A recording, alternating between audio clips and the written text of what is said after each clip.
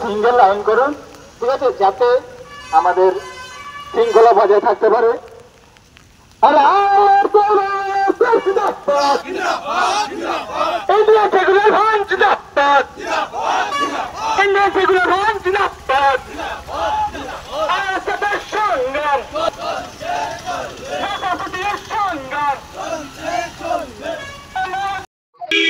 দেখুন, বাংলার মানুষকে আপনাদের চ্যানেলের মাধ্যমে বার্তা দেব যে আমাদের রাজ্যের মুখ্যমন্ত্রী যেভাবে গণতন্ত্রকে হত্যা করছে, এরই বিরুদ্ধে আমাদেরকে গর্জে উঠতে হবে, নাহলে আগামী দিনে আমাদেরকে ঘরে থাকা অসম্ভব পড়ে যাবে। কেন একটা দলের চেয়ারম্যান সুরক্ষিত না, একটা বিধায়ক সুরক্ষিত না, কিভাবে তাহলে আমাদের বাংলার মানুষ সুরক্ষিত থাকবে?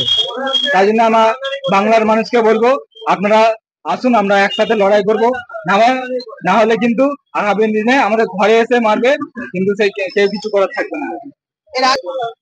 দেখুন, আমাদের দলের চেয়ারম্যানকে যেভাবে মারধর করে পুলিশে নিয়ে গেছিল, অ্যারেস্ট করেছিল, আমরা আন্দোলন, শান্তিপূর্ণ আন্দোলন, আমাদের দলের চেয়ারম্যান যেভাবে বার্তা দেয় যে শান্তিপূর্ণ সবসময় আন্দোলন করতে হয়, সেইভাবে আমরা আন্দোলন করছিলাম।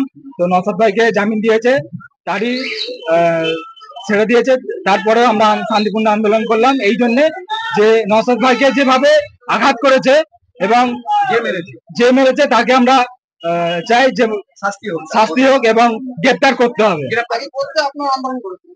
আমরা ডুমজুর বিজয়ের সামনে থেকে আমরা ডুমজুর থানা পর্যন্ত একটা শান্তিপূর্ণ আন্দোলন করলাম। আমার নাম শেখ মোস্তাক আলী। দেখুন, প্রথমত ডোমজুড়ের শিক্ষিত শুভ বুদ্ধিপূর্ণ মানুষদেরকে ধন্যবাদ জানাই যে আপনাদের এই মূর্খ নেতারা তাদের মতো বানাতে সক্ষম হয়েছে। কালকে নওশাদ সিদ্দিকী সহ যে 96 জন অ্যারেস্ট হয়েছিল, কালকে কিন্তু কোনো রাজনৈতিক দলের আন্দোলন ছিল না, কালকে ছিল একটা অরাজনৈতিক সামাজিক আন্দোলন, সেখানে গিয়ে তারা অ্যারেস্ট হয়েছে।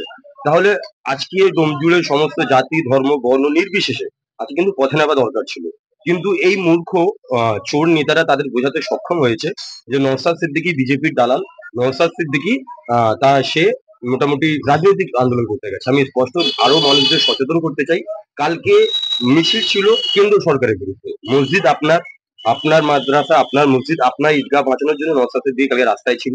আপনার ছেলে ওবিসির জন্য চাকরি পাচ্ছে না, আপনার জন্য কিন্তু রাস্তায় ছিল। আপনার যে ভুয়ো সার্টিফিকেট, আপনি এসআইআর এ আপনি ভারতীয় নাগরিক থাকবেন কি থাকবেন না তার জন্য ছিল, শুধু আইএসএফ এর কর্মীদের জন্য ছিল না। তাই স্পষ্ট বার্তা দিচ্ছি, আপনার লড়াইটা নওশাদ সিদ্দিকী লড়ছে, এই মূর্খ নেতাদের প্রচারণায় বসে, বাড়িতে না বসে আইএসএফ এর সঙ্গে পায়ে পা মেলান। 2026 কথা দিচ্ছি, পরিবর্তন আমরা যাবো। আমি বর্তমান মহিম শেখ, আর আমি আইএসএফ এর একা।